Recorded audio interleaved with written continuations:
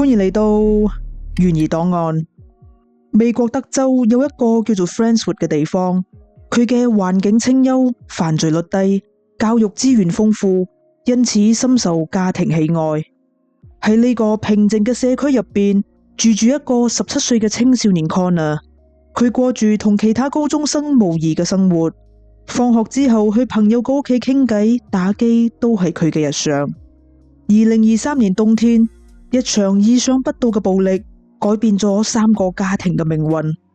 佢曾經講過一句說話：我好耐之前就想殺人啦。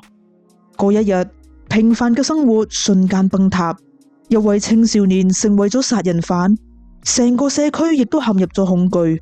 所有人都喺度問：呢一切到底係精心策劃，定係瞬間失控？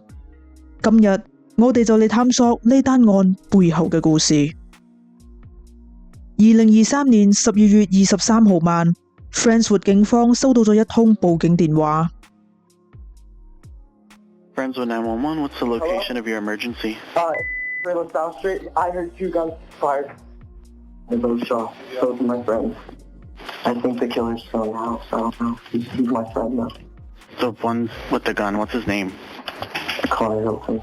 17 years of age, I believe.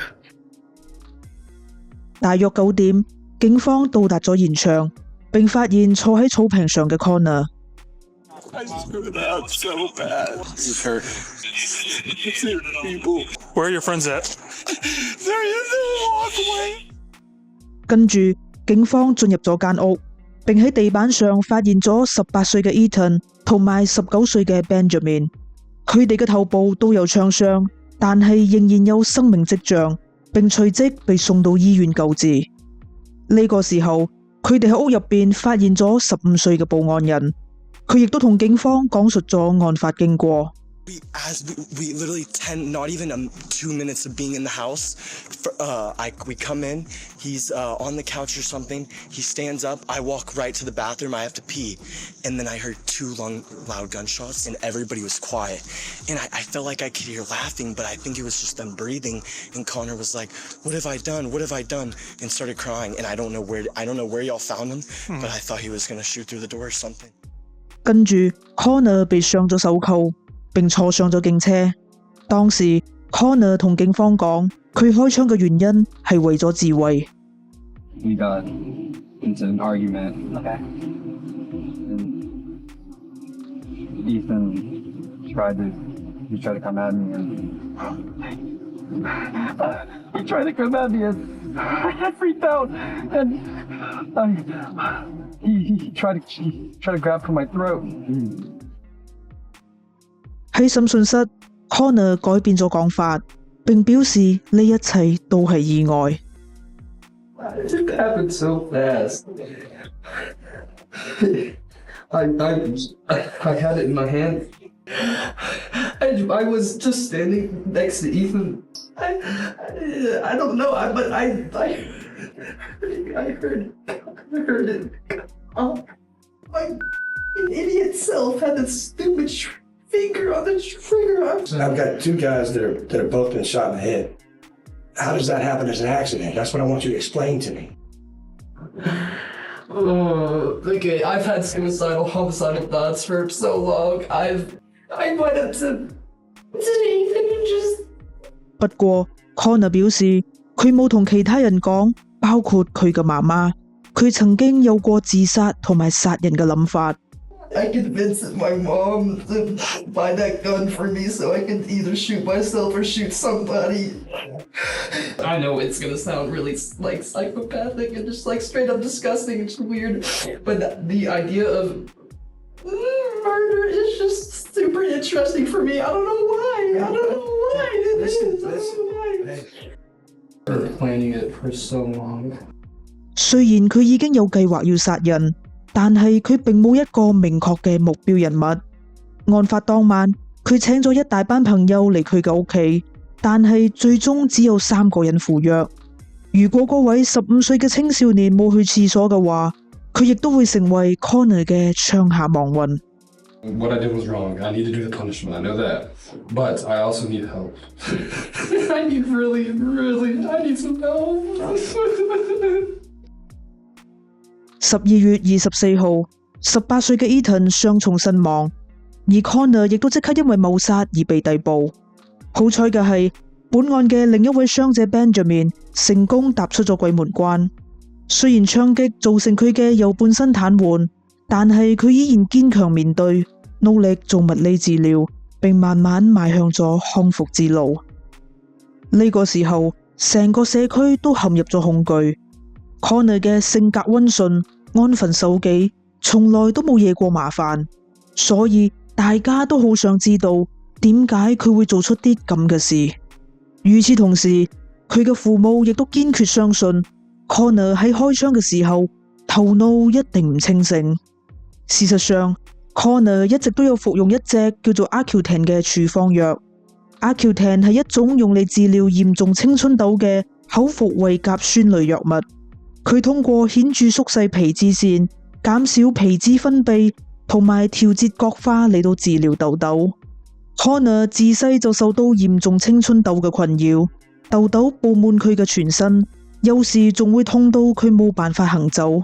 佢試過好多種藥物，但係效果都係唔理想。直到2022年7月，亦即係案發嘅1年半之前，皮膚科醫生決定俾佢嘗試服用 Accutane。不過 Accutane 嘅副作用好強，服用者可能會出現抑鬱、精神病，甚至會出現自殺、攻擊性或者係暴力行為嘅風險。當時 Connor 嘅媽媽 Jonice 簽咗同意書，表示理解相關嘅風險。1個月之後 Connor 就因為出現抑鬱而選擇停藥。2023年1月，Connor 又因為疼痛難忍而返到皮膚科求診。呢一次，醫生開出咗比第一次處方更低劑量嘅 Accutane 俾佢服用。繼續服藥之後， Connor 開始出現咗自殺同埋殺人嘅念頭，但係佢為咗唔想俾人當係癲佬混入精神病院，所以唔敢將自己嘅狀況同其他人講。喺跟住落嚟嘅11個月時間入邊， Connor 斷斷續續咁服藥。案發當晚 ，Connor 因為前一日唔記得食藥，所以就服用咗雙倍劑量嘅 Accutane。被捕之後，佢因為停藥而再冇出現過自殺同埋殺人嘅念頭。於是，辯方揾嚟咗 Dr. Bremer 做專家證人。佢係 Emory 大學嘅精神病學同放射學教授，對 Accutane 有深入嘅研究。Dr. Bremer 喺聽咗 Connor 嘅講法之後，認為 Connor 並冇殺人動機，亦都冇暴力前科。佢嘅邪惡念頭只係喺服藥期間出現，停藥之後消失。呢種情況通常被視為藥物同症狀之間存在因果關係嘅證據。換句話講， Dr. Bremer 認為 Connor 喺案發當時出現咗由藥物引起嘅精神障礙，所以冇辦法控制自己嘅行為。2025年8月，喺案件開審嘅幾個禮拜之前，法庭舉行咗一場聽證會，以決定是否接納 Dr. Bremer 為專家證人出庭作證。Dr. Bremer 再次喺庭上表達咗自己嘅睇法，並出示咗一張腦部掃描圖，證明 Accutane 會降低大腦呢個區域嘅活動，而呢個區域就係負責調節情緒㗎。雖然 Dr. Bremer 嘅講法聽起嚟好有說服力，但係控方好快就用一個問題擊破咗佢。Have you ever performed a brain scan of Connor Hilton? No. 跟住，控方懇請法官排除 Dr. Bremer 嘅證詞，並呈上咗一份比較新嘅研究報告。報告指出，服用 Accutane 並唔會增加自殺或者係精神疾病嘅風險。另外，控方亦都指出 Connor 喺警車上稱自己係自衛殺人，並打算以此作為辯護理由。而一個喺犯案時精神失常嘅人係冇可能自動為自己制定辯護策略㗎。喺審訊室 ，Connor 又同警方講自己有預謀殺人，並提到佢知道自己做錯事，所以要接受懲罰。因此，控方認為咁已經證明咗 Connor 有分辨是非黑白嘅能力，所以佢喺犯案嘅時候絕對係處於清醒嘅狀態。另外 Connor 嘅朋友亦都指出，喺案發嘅幾個月之前，Connor 經常喺佢哋嘅面前展示手槍，講出殺人嘅言論，仲表示佢希望有一日會成為一個重要人物，並留下自己嘅傳奇。警方亦都喺 Connor 嘅社交媒體度發現咗令人不安嘅行為。佢喺 YouTube 下載咗多部關於謀殺嘅影片，仲喺案發嘅幾個鐘頭之前 po 咗一張相，並配上咗呢句歌詞 ：Murder one, better run. Killing plenty is so fun。針對呢一點，辯方辯稱 Connor 係因為服用咗 Accutane 先至會對謀殺產生痴迷。辯方表示喺 Connor 高二嗰年，佢嘅朋友已經察覺到佢嘅行為開始發生變化，佢變得孤立，越嚟越沉迷於真實犯罪研究，甚至立志要成為一位兇殺案警探。而呢啲變化都係喺佢開始服藥之後先至出現㗎。喺聽過咗控辯雙方嘅論點之後，法官裁定 Dr. Bremer 只有喺審訊嘅量刑階段，並喺必要嘅時候先至可以出庭作證。呢項裁決無疑對辯方造成咗好大嘅打擊。